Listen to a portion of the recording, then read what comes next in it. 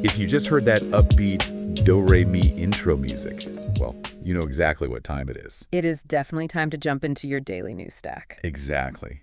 Welcome to your Thursday, June 11th, 2026, vailychat Deep Dive.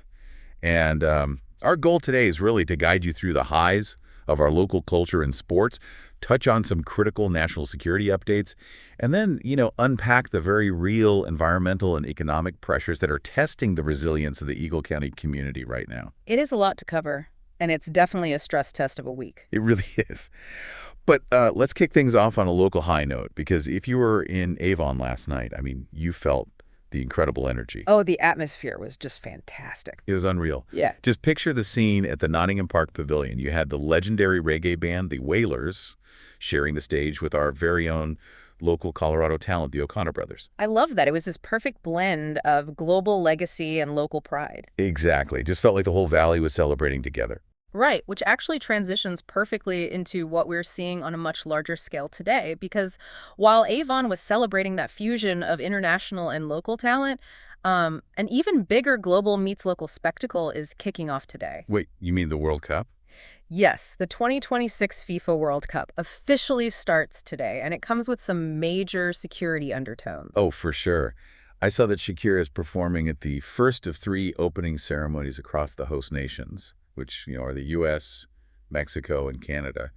And, well, here's where it gets really interesting. Right, because coordinating an event across 11 different North American cities is a logistical puzzle on a massive scale. The coordination required for that is just mind-blowing to me. It is, and managing something that sprawling makes the national security apparatus incredibly tense, which brings us to that unplanned, very tense national alert at the Pentagon yesterday. Oh, yeah. The lockdown. They locked down multiple floors for hours and had to deploy hazmat crews. Yeah, and it was ultimately deemed a false alarm over a hazardous materials incident. So wait, how do these two completely different stories actually relate to each other?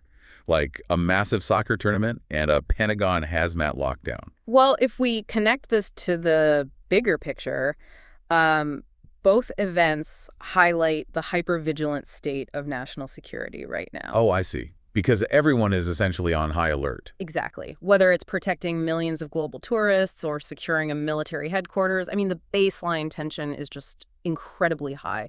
Systems are designed to overreact rather than underreact. That makes total sense. Yeah. But, while the nation is holding its breath on security, our Colorado athletes are leaving everyone breathless on the ice and the field. The Avalanche are definitely making history this week. Yes. Gabriel Landeskog, Yep.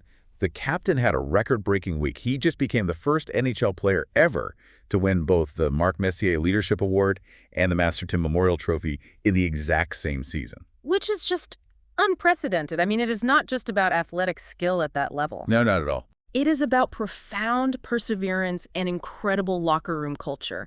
You don't win those specific awards without being the absolute moral and structural anchor of your team. Totally. It is a masterclass in leadership.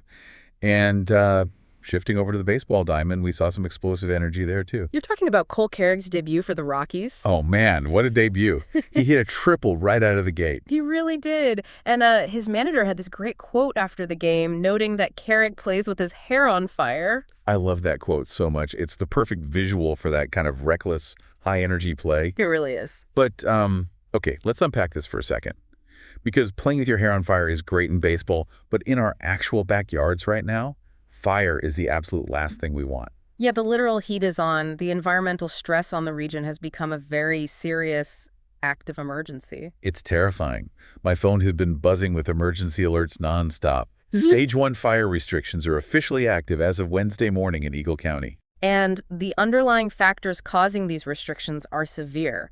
We are looking at a historic lack of moisture. Right. It is incredibly dry out there. The relative humidity in the valley has dropped to between 7 and 12%. Wow. So everything is just kindling. Exactly. Plus, we have these fierce southwest winds blowing at 20 to 30 miles per hour. And they're gusting up to 50 miles per hour, right? Right. Which is why the National Weather Service prompted a red flag warning. And, sadly, the threat is already a reality. There is an active 10-acre fire burning near Ruedi Reservoir, right by the Pitkin County line. It's awful. Yeah, it has already forced immediate evacuations for the people living nearby. It's a grim situation. And this extreme drought is forcing some really drastic measures across the state's natural infrastructure. Like what's happening at Antero Reservoir. I saw that in the stack and it just stopped me in my tracks. Yeah, Denver Water is in the process of draining that reservoir almost completely dry. They're moving roughly 18,000 acre-feet of water downstream to Cheeseman Reservoir. Just to preserve water during this historic drought and keep the treatment plants functional. It is wild. It's like draining your savings account and moving it into checking just to survive the month. It's a desperate reshuffling of resources. That is a perfect analogy. And between the drought and the fires, our natural ecosystem is undergoing a massive stress test. But there is also another bizarre threat compounding all of this. Oh, right. The parasite. Mm-hmm. State officials just issued an emergency rule to stop the New World screwworm from crossing into Colorado. Right, which is a literal flesh-eating parasite that was recently found in Texas and New Mexico. I mean, that sounds like something out of a horror movie. It really does. But it is a critical threat to the state's ecosystem. It lays its eggs in the open wounds of living animals, which threatens our entire agricultural sector and local wildlife populations. So between the winds, the dry reservoirs, and flesh-eating bugs, our natural infrastructure is just buckling. It is. But, it isn't just our natural environment experiencing a severe stress test. Our civic infrastructure is buckling under the pressure, too. Specifically regarding where people can actually afford to live. Exactly.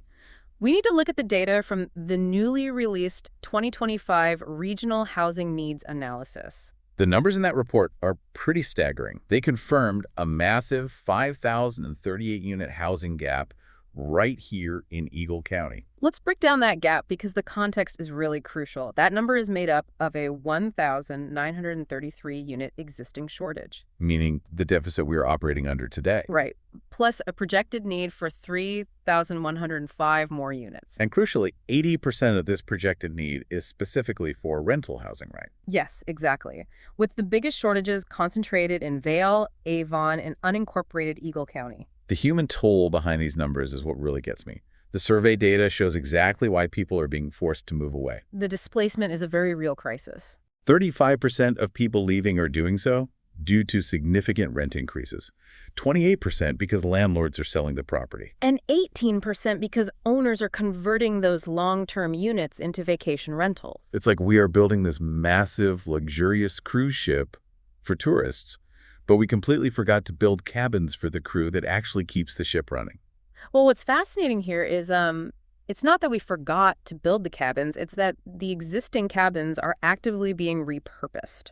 Wait, what do you mean by repurposed? If you look at the demographic data, we have an aging population that isn't relying on government benefits. They are relying heavily on investment income, like real estate. Oh, I see. So it creates this systemic squeeze where housing is treated strictly as an asset class to generate yield, rather than being treated as community infrastructure. That makes so much sense, but it's a really tough reality for the workforce to face. But, I think that draws a line right through all the topics we covered today for you. How so? Well, from the local unity we all felt at the Nottingham Park concert and Landeskog's incredible leadership, all the way to the severe environmental droughts in these huge housing deficits.